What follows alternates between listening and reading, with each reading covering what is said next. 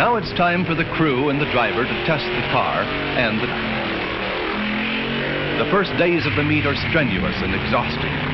The track is in continuous use by contestants, making test runs in time trials. All classes participate, and crews make run after run, trying to get their cars in perfect tune.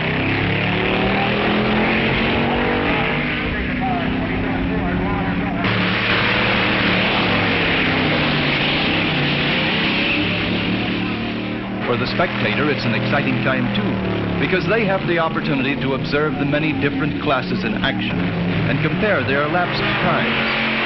It is not at all unusual for the meet's best elapsed time to be set during the time trials.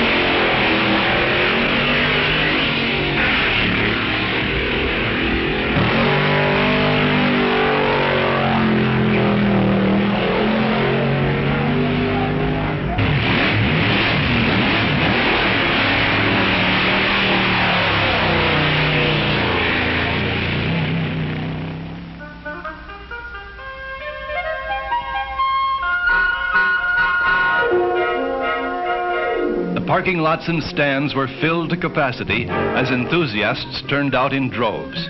Hot rodding has really come of age in the last decade. Since 1950, the sport has grown from only 2 active strips to the present colossal number of more than 250. This group from Washington represents the best in cooperation. Father drives, and the whole family acts as crew.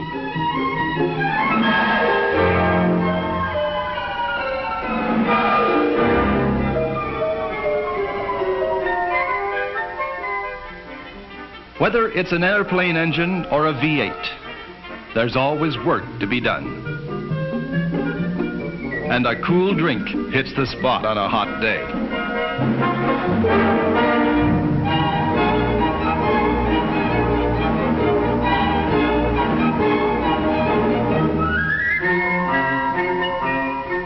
For us, the big day was here.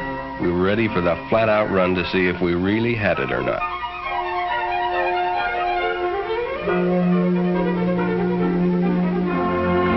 We checked with Champion to make sure we had the right heat range.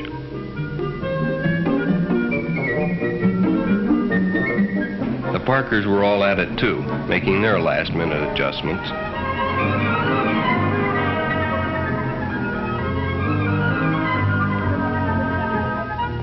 A word with one of the toughest competitors, Chuck Jones, of the Sidewinder crew from Long Beach, California.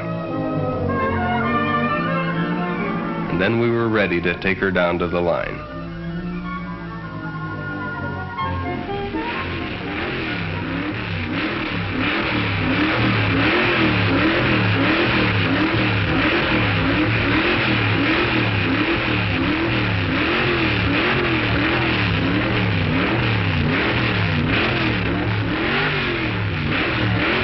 From Oceanside, California, it's the Martin Nelson machine, the Masters Trackmaster. They'll be running down for a record run.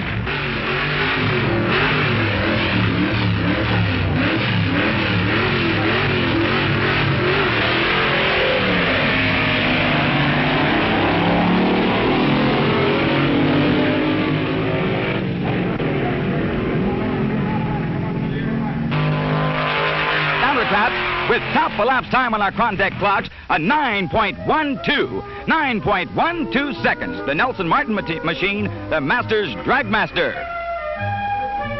With the lowest ET of the meet so far and a possible record, they had to check the gas to make sure we weren't on rocket fuel.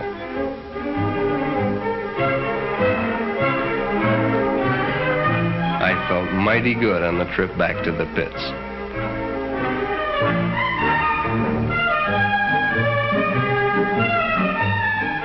You never want to count your chickens, or however the saying goes, because the day of eliminations we heard those expensive noises when we fired her up.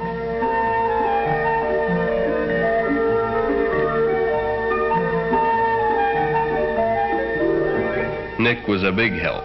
He ate as usual.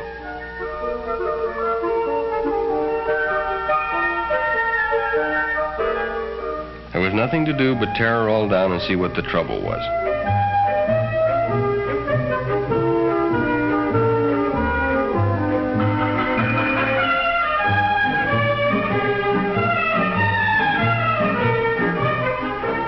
It turned out to be a twisted cam lifter, so we dropped the pan, pulled out the cam, and got at it from the lower end.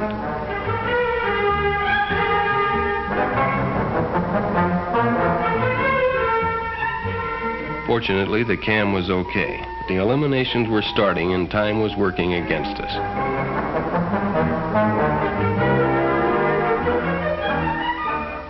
The 1959 National Championship drag races, the scene, the Detroit Dragway, Detroit, Michigan. We have competition coming from as far south as the Panama Canal Zone and as far north as the Canadian area, from the east coast to the west coast. 2 cars in the C gas class.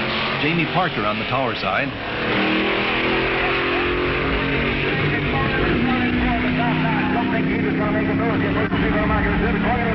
It looked like everybody in Detroit was in the stands.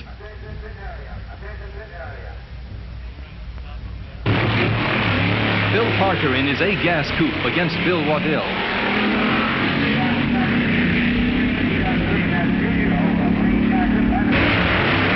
2 4-bangers with Ray Huckabee of Houston, Texas on the spectator side, taking an early lead. A Thunderbird and a Corvette in the sports car class.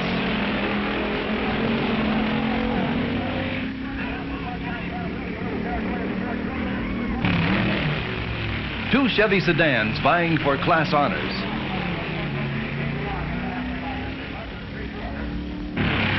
The original Hot Rods, 2 street roadsters.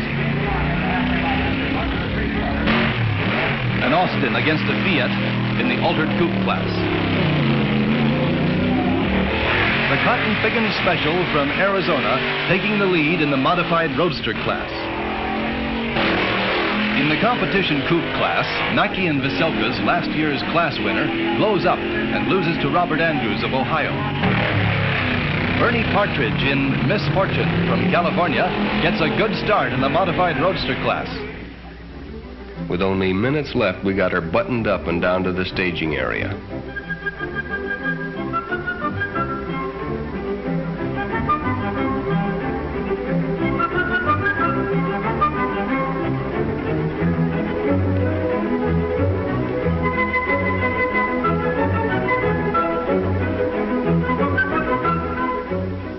Jack Moss's twin Chevy taking a good lead over Arfon's Green Monster.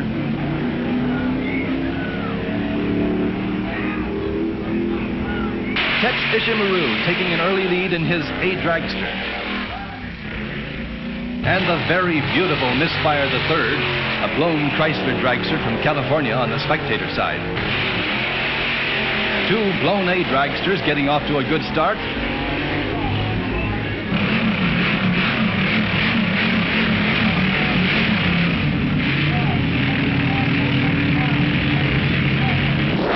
Two Texans. Jack Moss in his twin Chevy being taken by Rod Singer on the tower side.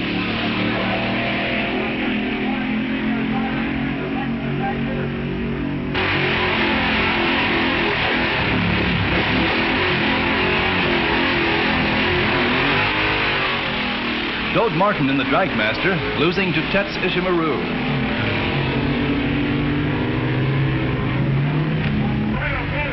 The Dragmaster with a lower ET, but Tetz getting off the line better.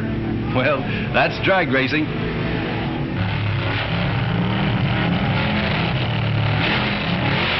Herman Moser in his Ramrod getting off to a slow start. 2 beautiful alters. The red coupe from Texas dusting off the bronze entry from Ohio. Charles Johnson from Michigan, trailing John Klein from Massachusetts in the modified roadster class. The very fast Hollish Brothers competition coupe, with Jiggs Shamblin from Ohio taking a terrific lead. Rod Singer from Texas eliminates Bill Tibbles of Ohio and takes another step up the ladder. The crowd waits anxiously for the runoff of the little eliminator to get underway. And there goes George Montgomery of Dayton, Ohio.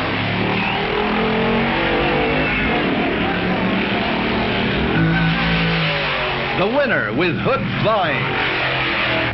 Otis Smith of Ohio, A Roadster Class winner, takes on Gabby Bleeker of Illinois, A Altered winner, to win Middle Eliminator. Wally Parks, president of NHRA, talking to Mr. Ed Cole, general manager of Chevrolet, and Robert Peterson, publisher of Hot Rod magazine, with Mr. Tex Colbert, president of Chrysler Corporation. The grand prize, the DA Lubricants Chevrolet El Camino. Rod Singer on the way up to the line to run against Jig Shandlin for Mr. Top Eliminator. Rick gets a shot for Hot Rod as the crowd watches. And they're off. Up to the halfway mark, they're neck and neck.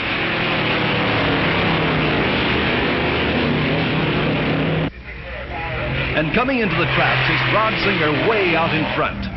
Bad luck for Jig Shandlin, who dropped the clutch in the Hollish Brothers' beautiful competition coupe.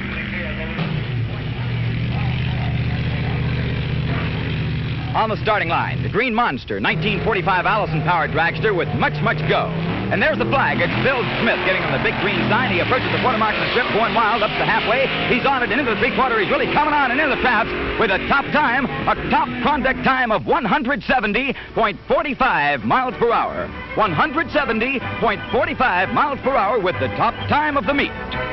And then the awards. The trophy for traveling the greatest distance to the Nationals, accepted by Mike Bamber. The award for the best appearing car and crew goes to Darrell Zimmerman of Colorado.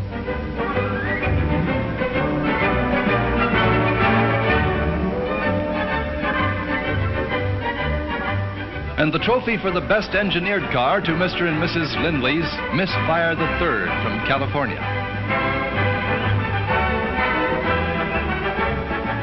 Wally Parks presents the Eliminators Trophy in the sports car class to Jack Horsley, Jr. of Miami, Florida, who won in his Lincoln-powered Devon.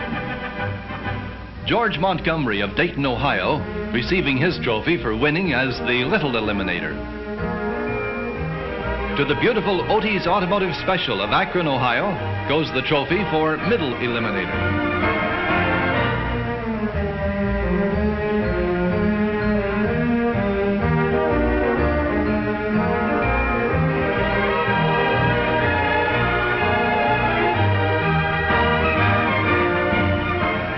Martin Nelson Dragmaster was considered, in the judges' opinion, the safest constructed car of the meet. They also won the trophy for the lowest ET. Wally Parks beckons to the crew of the Green Monster to share honors with Art Arfons for establishing a new top speed record on gas of 170.45 miles per hour.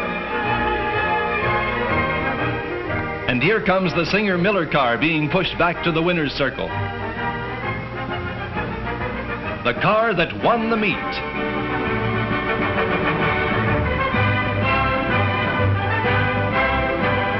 And Mr. Top Eliminator himself, Rod Singer of Houston, Texas. And to the winner, the beautiful champion spark plug trophy, the DA Lubricant El Camino, and the kiss.